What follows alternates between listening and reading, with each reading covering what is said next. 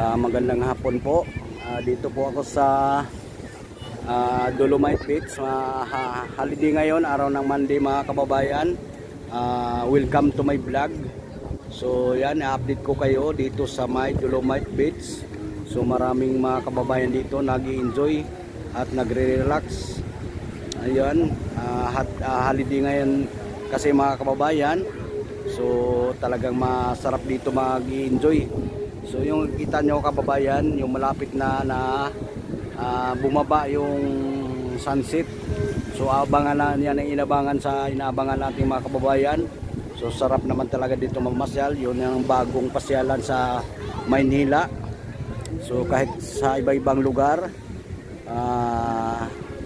iba-ibang dako ng ating bansa, mapadaan sila dito. Talagang nag-enjoy ating mga kababayan, mga kabataan, bata man o matanda, mga senior o mga kabataan. So napadaan sila dito na talagang sulit ang pagpapasyal dito nila dito mga kababayan, dahil gawa ng napakaganda, napakalamig ng simoy na hangin at nakawala ng stress mga kababayan. Bagay na bagay ito sa mga senior, ang mga ating mga lola at lolo dyan.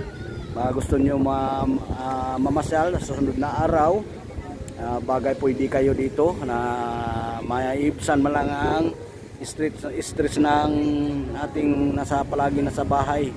So yung mga kababayan, yung shout out po sa inyo lahat, at mga senior dyan, shout out po.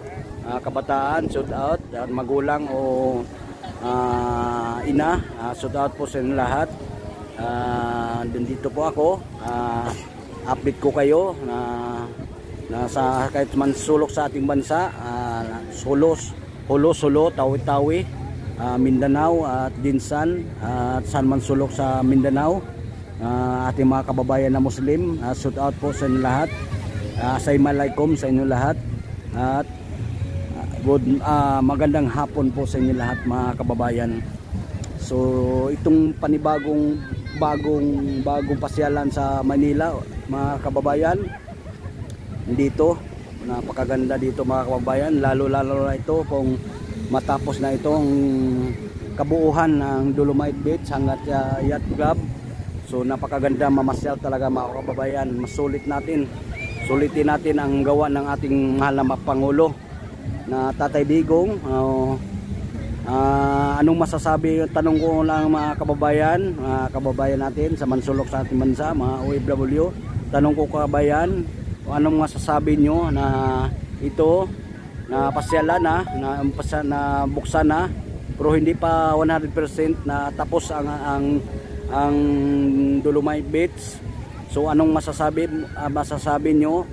Na comment lang kayo mga kababayan, yung hindi pa nakakarating dito o nakakarating na dito, comment lang kayo mga kababayan, anong masasabi nyo sa ganda ng Dolomite Beach. So para sa akin, nagandahan ako na ang gawa ng ating mahal na Pangulo. So kauna-unahan na Dolomite Beach dito sa Maynila. So yun nakakahila sir, yan ang kagandahan dito sa pangmasa talaga ito mga kababayan, kasi di tayo maka-afford sa Boracay, sa sobrang layo. So dito na lang tayo mag-enjoy, relax, magpahangin. So yan, unti-unti na ba nating ating mga kababayan sa galing yan nasa gate yan. Ayan. So sinasamantala mga kababayan dito na mamasyal, mga senior, mga PWD, lahat kahit ng uri ng ating mga kababayan, basta kaya pa magpasyal dito sa Dolomite Beach. So pwede libre ito para sa ating mga kababayan ang pagmasa. Yan mga kababayan, napakaganda, parami na mga kababayan na mamasyal. Ayan, shout out po sa mga kababayan ko, mga taga-suporta ko, mga silent viewer dyan, mga OFW, ating bayani nasa ating bansa, labas ng ating bansa, at ibang mga profesional,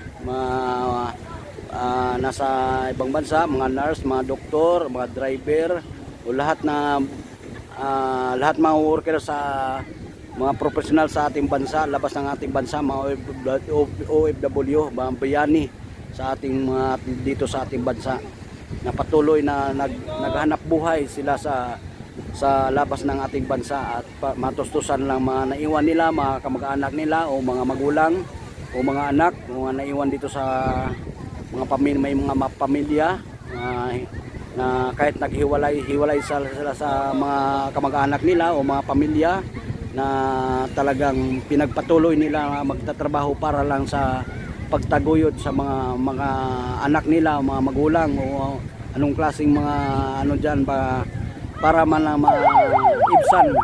maibsan.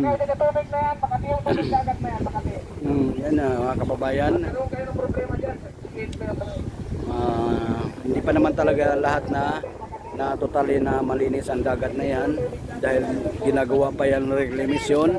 So abangan natin kung matapos na ito talagang makakapagtampisaw naman tayo dyan. So kunting tiis na lang. So kaya naman talagang pinagbawalan ng ating mga nagbabantay na gwardiya dito sa Dolomite Beach kasi iwasan natin disgrasya o kasi mayroon nang nadisgrasya dito mga kababayan isang bisis so aksidente lang. So kailangan talaga bantayan dito ng ating mga kababayan kasi di maiwasan baka lumaki yung alon. Mga kabataan kailangan bantayan din nila. So hindi biro yan, dagat yan mga kababayan. So kailangan wag nating pabayaan nating mga anak na mamasyal dito. Kailangan may gabay at may nagbabantay na mga gwardiya. So yan, magandang hapon po sa inyo lahat. So yan, anong masasabi nyo mga kababayan ditong nakikita nyo dito sa Dolomite Beach? So para sa akin mga kababayan, napakaganda ito na development na ginawa ng ating mga Pangulo na Duterte. So yan, comment lang kayo mga kababayan sa may baba. Kasasagutin natin. Yan. So ito, ganitong ang ganap hapon. Anong oras na ngayon? Tingnan natin, alas 5 o 6. So mahigit pa isang oras ang paglalagi tayo dito sa loob ng Dolomite Beach. So sulitin natin ang pag-i-enjoy dito sa Dolomite Beach mga kababayan. Magandang hapon po sa inyo lahat at shout out po sa mga kababayan natin sa Luzon, Visayas, Mindanao or around the world, mga bayani sa ating nasa labas ng ating bansa, mga OFW. Shout out po sa lahat, lalo na sa kamag-anak ko nasa labas ng ating bansa. Shout out po. Di ko na lang banggitin basta lahat mga kamag-anak sa labas ng ating bansa. Shout out po sa lahat at palagi kayong mag-ingat nasa nasa labas na kayo sa ating bansa. Lagi kayong mag-ingat at palagi nating magdasal sa ating Panginoon na laging malakas pangatawan natin at tuloy-tuloy ang ating pagtatrabaho sa hanap buhay sa araw-araw. So yan, ganito kababayan dito sa Dolomite Beach. Patuloy ko kayo i-update. So kahit man sa probinsya kayo o nasa labas ng bansa, lagi ko kayong i-update dito sa Dolomite Beach. Sana masuportahan nyo ko. Welcome to my vlog. Type nyo mga kababayan o mahilig kayo sa YouTube channel, huwag nyo kalimutan i-type nyo mga kababayan Kaloy Duarte. Sana suportahan nyo ko aking YouTube channel. So sana huwag kayo magsawa, pakipindot na rin ang subscribe at pagkatapos na nakikita nyo ng notification, pakipindot na rin mga kababayan para ma-updatein kayo sa aking mga video dito sa mga ganap dito sa ating bansa o mga nangyayari o ganap dito sa patuloy na pag-uunlad ng ating bansa dito sa Manila, hindi lang Manila, Cebu, Mindanao, Davao, Leyte. Patuloy nilang sinusuportahan ating mahal na Pangulo. So pasalamat tayo na nagkaroon tayong ganito na Dolomite Beach para pasyalan talaga sa ating ating mga kababayan na pangmasa lang talaga. Para sa mga pangmasa, yung comment yung kayo mga kababayan sir, comment kayo mga kababayan kung ano masasabi nyo sa ganda dito sa Dolomite Beach. So kung gusto nyo mamasyal, araw ng Sabado at Linggo, umaga at hapon. So hindi pa pwede gabi mga kababayan kasi hanggang alas 6:30 pa ang dito ang close dito mga kababayan. So abangan natin mga kababayan na sulit ng pag matapos ng 100% na ito. Abangan natin na sana matapos na ito. So ito masalamat tayo na na-open na ito ng ating government ng Maynila. So unti-unti na dumadami na namamasyal ating mga kababayan dito sa Dolomite Beach, bagong pasyalan ng para pasamasa. So yan, mag alas 5 pasado na mga kababayan. So yan, sarap dito magpasyal mga kababayan dito. Sarap mag-relax, so mag-i-enjoy. So nakikita natin mga kababayan, konti na lang mga basura. Ang basura mayroon din naman talaga, hindi maiwan, hindi man talaga maiwasan, mayroon talaga pang mga basura dito. Pero mabilis lang matanggal nila. Kasi maraming mga warriors dito, empleyado ng Manila, mga MMDA, DPS, yan na nagbi-maintenance dito na nagtatanggal ng mga basura mga kababayan.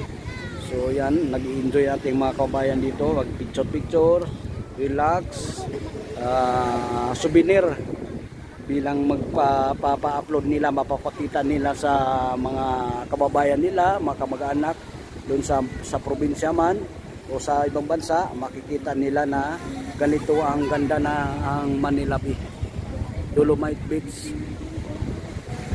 Ayan mga kababayan, oh.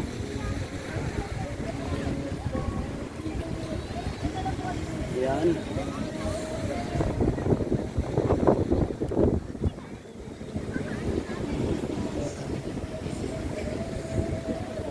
Pasalamat tayo sa mga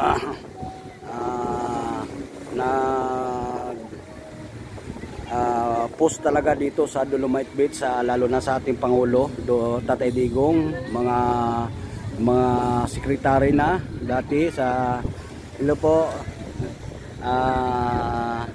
mga Resimato dati o ngayon ang sekretary sa ating mga Pangulo BBM. Pasalamat tayo na patuloy nila na sinusuportahan ang patuloy nila ang paggawa dito sa di lang dito sa Dolomite Beach o sa mga build project na ating gobyerno. Pasalamat tayo sa kanila at shout out po lalo sa mga sekretary, mga DNR, bagong DNR ngayon sa ating mga Pangulo na Bongbong Marcos, BBM. Pasalamat tayo, shout out po sa lahat, lalo na sa ating Vice Inday Sara Duterte. Shout out po sa lahat at magandang hapon po sa inyong lahat mga kababayan. So ganito ang ganap dito palagi dito sa Dolomite Beach mga kababayan. So yan o, so patuloy talaga nag-i-enjoy ng ating mga kababayan. Yan, so pakita ko sa inyo mga kababayan yung sunset, yan ang inabangan. Ayan, yan mga kababayan, no? So malapit na, palubog ng sunset dito sa Dolomite Beach. So napakaganda ng hangin dito mga kababayan. Yan, kita nyo naman, napakarami ng tao mga kababayan. So bukas back to work na tayo, lalo na sa mga pa-estudyante. Shout out po sa mga estudyante at mga teacher dyan, mga principal, iba-ibang mga kawani na ating gobyerno ng mga teacher. So back to work at shout out po sa lahat, saan man sulok sa ating bansa, mga teacher shout out po at mga principal at mga iba-ibang mga leader ng ating mga DepEd, shout out po sa lahat at magandang hapon po sa inyong lahat mga kababayan. So yan o.